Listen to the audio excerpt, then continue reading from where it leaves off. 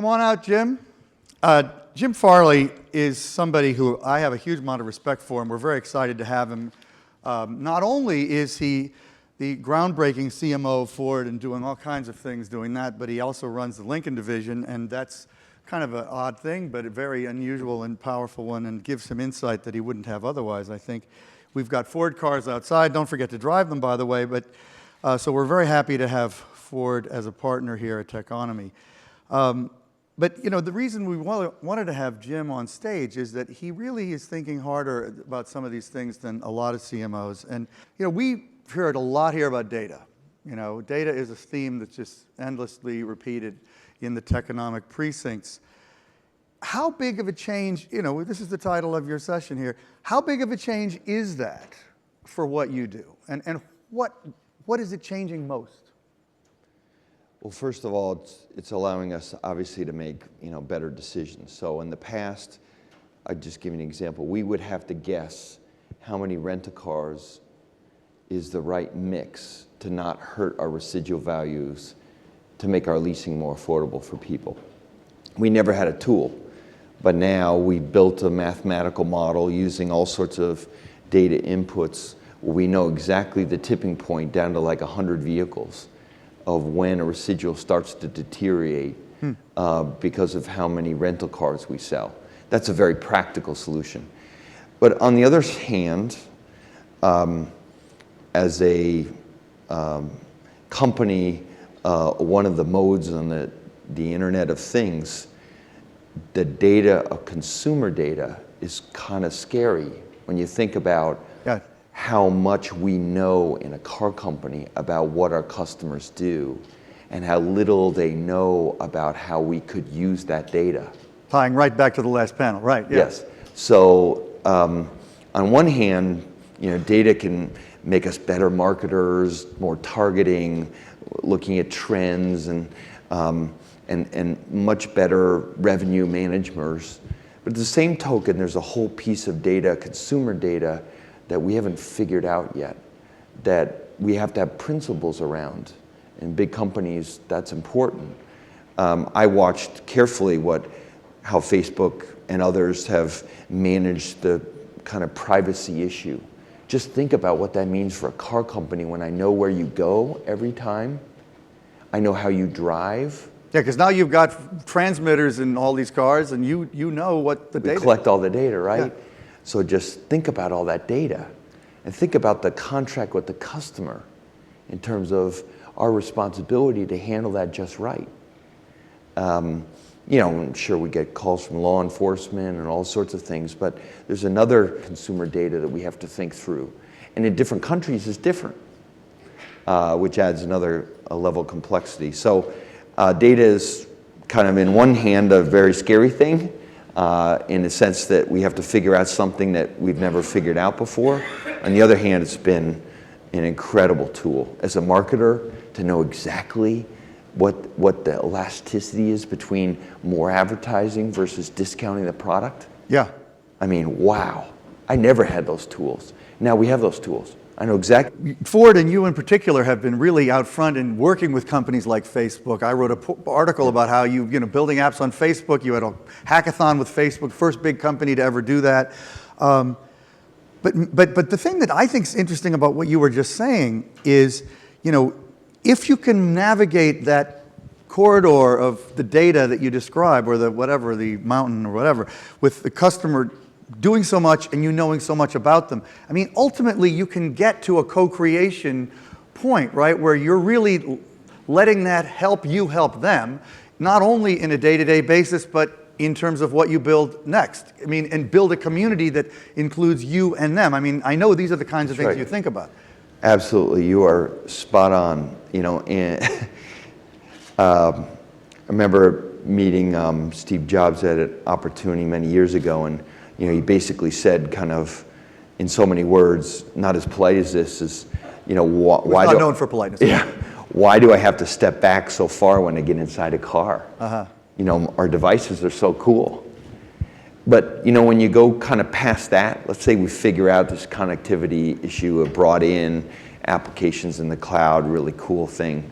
But you look at the active part of that, where we can actually build an experience of operating a car that's connected to your social graph, where it's informing you about things you didn't even know about, and how to operate the car efficiently and effectively. You can see very soon with sharing some of the data from the vehicle intelligently, with a whole set of apps that run in the cloud, you can foresee a really different experience of owning and operating a car. And as you said, a dialogue with the company that's constant. And the question is, the million-dollar question is, will we as an industry try to monetize that? Or will we serve the customer? And the great companies, I believe, build apps just to help the customer, to figure out the monetization after.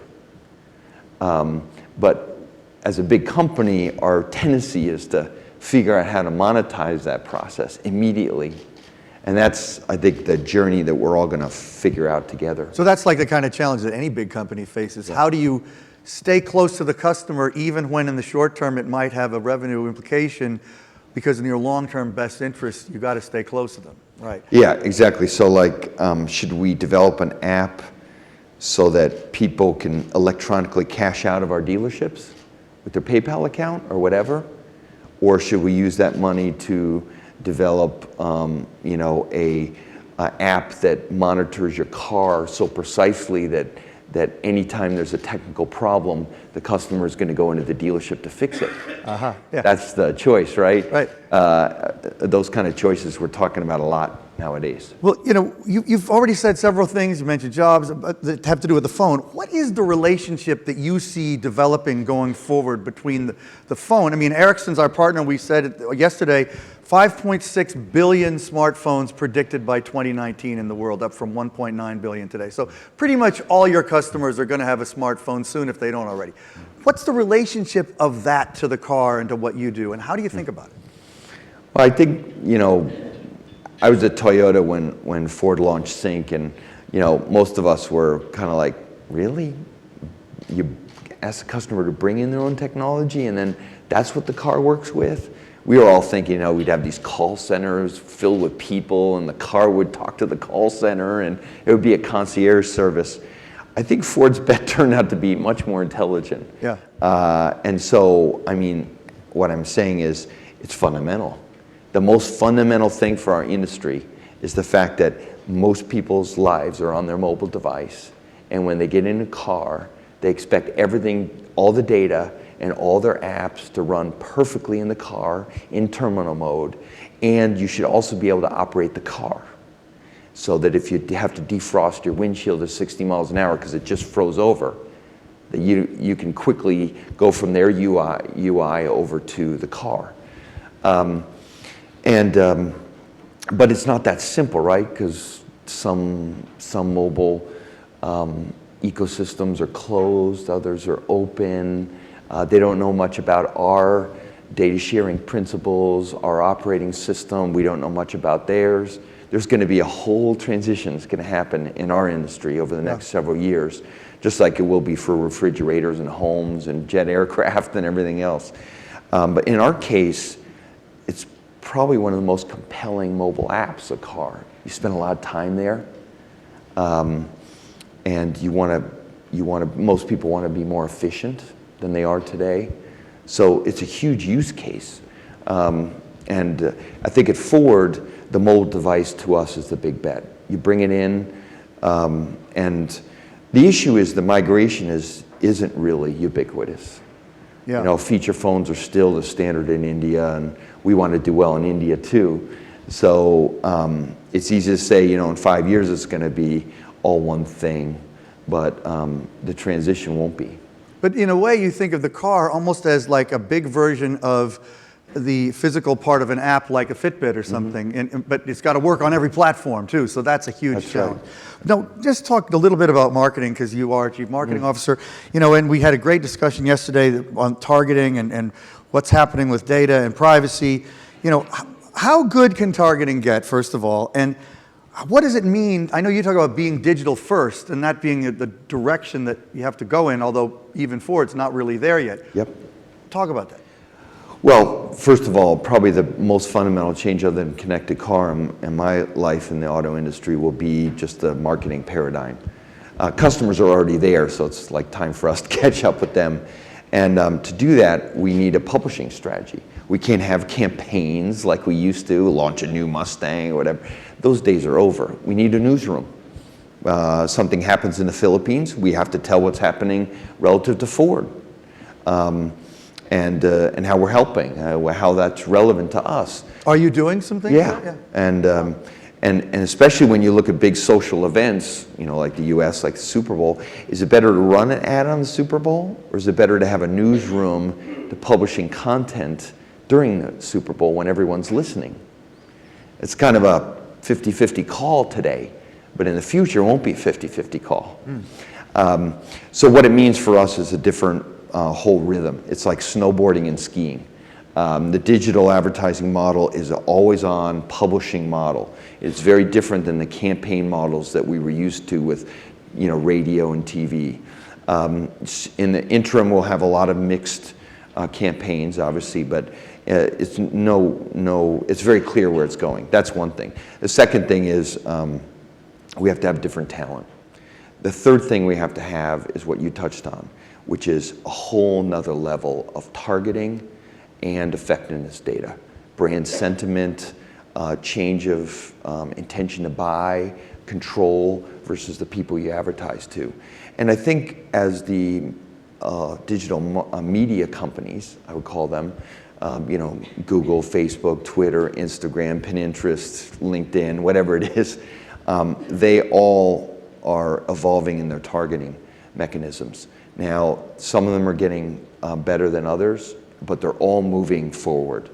The challenging thing for a marketer is that each of the platforms are different.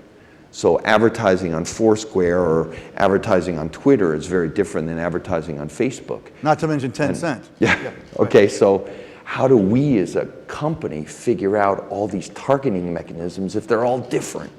Like maybe the way to find out if someone is in market shopping for a car on Twitter is different than, you know, that same targeting tool on Facebook. You know, we have to keep track of all that. The cool thing is that in the past we kind of threw our ads up. Now with targeting, we actually can be more effective because we're talking to the right people. Maybe people who don't like our brand or people who are shopping. And traditionally in our industry, most of the advertising is going to search and shopping sites. Edmunds, Kelley Blue Book, Google, Bing, whatever. Because those people self-select. They're in a shopping site, you kind of know they're looking for a car. They put in Ford, new Fusion, you kind of know they're looking for a car. The opportunity, I think, is the targeting tools on the more general digital media ad platforms and how to get to that same customer. We may have to provoke them into giving us information about where they are because it's not natural, you know, because they haven't self-selected in. There may be other tools like search that will be added to those platforms that will help. But I think your newsroom could help with that too. Yeah, absolutely. That's what I mean. That's a perfect example of publishing content people may find interesting and therefore volunteering where they are in the process. Right. And if we're relevant and interesting and they want to learn more, it's time to go. We learned something very interesting on Lincoln Challenger brand, you know, in many ways a brand people discounted, and we launched this 24/7 online concierge. I mean, we kind of did it just to see if it would work. We put someone, if you go to Lincoln.com and you go to the concierge, and at 2 in the morning, if you want to talk to someone about Lincoln, they're there. And we've been shocked at the response. It is far beyond what we expected. It's a software tool, basically, that allows people to kind of shop in their bunny slippers. And it's gone beyond what we expected. I think not only is it the outward marketing and promotion of the products, but also actually the interaction with the customer, like we've found in concierge that are going to be changed. And we do not have the talent. We aren't set up to do this. It takes a lot in a 3-tier marketing system to get the dealer ad groups and individual dealers to move over to a digital-only platform. They don't have the expertise. So it's we're very much a vertical in transition. Okay. That way. I want to take a couple questions or comments before we wrap, but I want to ask you, I want to just throw out one word and see how you react to it. Tesla. They're sort of trying to shake up your entire industry, coming from a fundamentally different mindset of being geeks. What's the impact of that on Ford and in your industry generally, would you say? Way to go. Yeah? Way to go. I mean, You admire them. well, I think there's a lot to appreciate.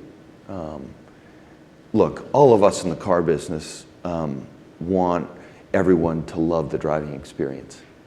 And I was Jimmy Car when I was growing up. I mean, I love cars.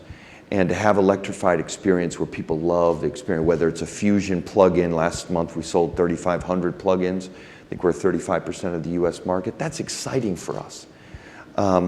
And so We have a Fusion in the... so for people to love the experience of driving a Model S, I think that's great for our industry. The experimentation on the distribution model, how they sell and service the products is fantastic. We're going to learn a lot as an industry about range anxiety because they are putting new infrastructure in. And I think for us as an industry, electrification of the powertrain is one of the most fundamental changes, along with the mobile economy. And so we're all experimenting. It's not just Tesla. As I said, we sold 3,500 plug-ins last month. Wow. Ford. 3,500 plug-ins. Yes. Wow. Not battery electrics or hybrids. We sold over 20,000 hybrids, but plug-ins, we were 35% of the market, as I said. That's very exciting for us. But there's a fundamentally different relationship when your car's electrified with the consumer than when it isn't. You got to know how it's charged. You want to be smart about when you charge it because electricity rates really change during the day. So all of a sudden, mobile apps become super important. The other thing is, with an electrified vehicle, people tend to be more educated. They're more open to great interfaces, more apps. They want to use the internet radio. So I think all that has to come together, and I think Tesla has certainly done a great job, and so I would say so have we. Yeah. Largely unnoticed, but that's okay. No, I noticed. Has nothing to do with you guys being our partner. I have a C-Max, like one of the ones in the yard. I think it's incredible. It's a fantastic car. Okay, quick comment, question. Right there, I see a hand. Can we get the mic to this person? Do we have a mic handler there? Right, can we get a mic real fast? We don't have tons of time. Thanks. Hi, Arun Sundarajan from New York University. So, Jim, I mean, you mentioned measuring brand sentiment. You measured your 24/7 concierge. One of the challenges that I see a lot of brands dealing with now with the social media space, especially for brands that are used to being high-end or exclusive, is how much engagement is what's the right level of engagement with your consumers? I mean, I think it's sort of an easier problem to solve for a mid-tier brand. Yes. It's sort of an easier problem to solve for a low-end brand, but for an exclusive brand, you've got sort of the trade-off of the downside risk that comes from too much engagement, potentially, and the need to sort of maintain exclusivity, but also sort of the desire to engage your customers like the other brands are doing. So I'm curious as to how Ford thinks about this. I mean, given the range of brands that you have and sort of the range of customers that you have. It is a great question. I guess from my standpoint, luxury in the past has been kind of an elitist idea, luxury cars, but that's really changed.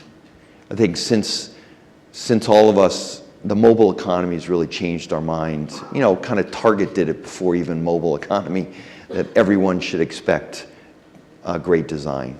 The democratization of technology should be kind of an expectation. I think I look at engagement the same way. Look, as a brand, there is nothing more important and exciting than a consumer that cares enough to share their ideas and interact with you. So over time, I imagine, it's a great question. I'll give you an example. We have a lot of data about satisfaction and engagement. Someone who's satisfied isn't any more loyal than actually someone who's dissatisfied with your brand. It's hard to believe. But someone who's engaged with your brand is twice as loyal as someone who's not engaged. And someone who's disengaged will actively hurt your brand. So engagement is now the most important metric for loyalty. You think that's true across all products? Yes. Wow. Yes. That's- And it depends how you engage. That's the point, right?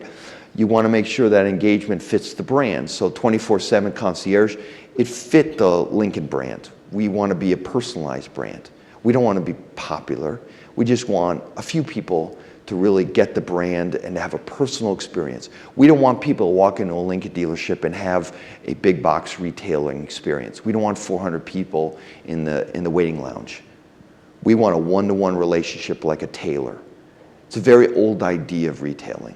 Now, it's going to take us a long time to get there, but 24/7 concierge allows us to have that one-to-one relationship and engagement because it fits the brand. Other brands will be different.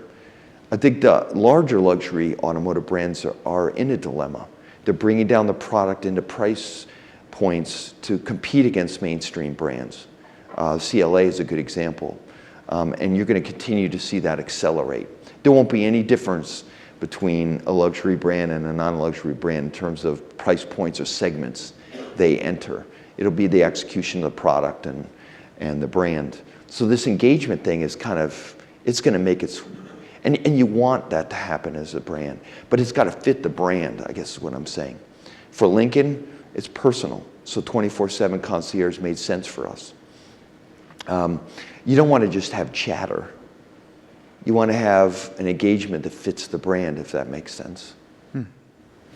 Unfortunately, we got to wrap. Fantastic having you up here. You have a lot of things to say that I think a lot of companies should be saying, and I'm so glad to hear you saying them. So, Well, thanks, a Steve. lot.